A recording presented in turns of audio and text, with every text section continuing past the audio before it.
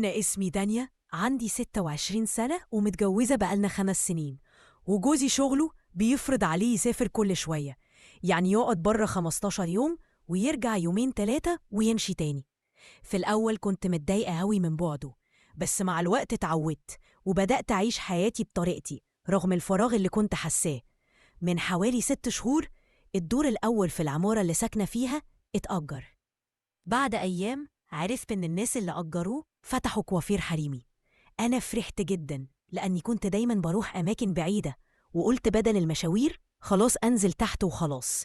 نزلت يوم أشوف المكان، دخلت لقيت صاحبة الكوافير وستات قاعدين ومعاها شاب صغير كده عنده تقريبا 19 سنة شغال معاها بيساعدها. الدنيا كانت زحمة، قعدت استنى دوري واتفرج. الست كانت بتعمل صبغة وهو كان بيغسل شعر ست تانية.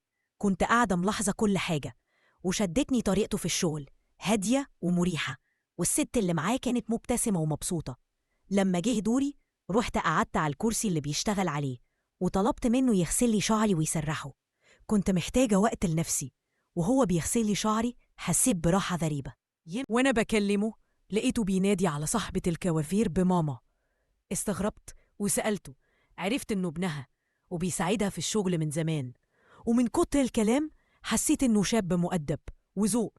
كنت مستمتعة بكلامه وهو بيشتغل وكنت مرتاحة. خلص وغسلي شعري ومامته كانت خلصت شغلها ومشيت، وفضلت أنا وهو لوحدنا.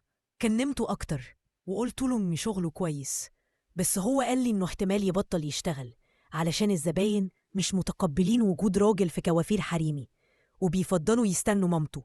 قلت له طب وليه؟ انت شغلك ممتاز. رد وقال لي ان ده مش بإيده، مامته قررت تجيب واحدة تانية. قلت له انا مش هروح لحد غيرك بعد كده، وهات رقمك علشان اتابع معاك لو في وقت فاضي. أخدت رقمه وطلعت شقتي. حسيت براحة فيا، حسيت إني محتاجة أتجدد واهتم بنفسي أكتر، ومش لازم كل حاجة في حياتي تبقى متعلقة بجوزي. بعدها بكام يوم جوزي كلمني وقال لي إنه هينزل أجازة يوم الخميس. قلت لنفسي قبل ما يجي أظبط نفسي شوية. اتصلت بابن صاحبة الكوافير وسألته لو يقدر يجي يعمل لي شعري. قال لي إن مامته جابت بديلة ومش بقى بيشتغل في الكوافير غير يوم واحد. قلت له طيب تعالى أعمل لي شعري فوق عندي، أنا شقتي فوقكم على طول. اتردد شوية وقال لي أول مرة حد يطلب منه كده، لكن وافق بعد ما طمنته إن الموضوع بسيط. وفعلا جه واشتغل على شعري بنفس الهدوء والتركيز، وكنت مرتاحة جدا. مفيش أي حاجة غلط حصلت، بس في اللحظة دي كنت بحس بإحساس إنساني، حد مهتم بيا بيخليني أحس إني موجودة. وبقينا نتكلم من وقت للتاني لما احتاج حاجة في شعري.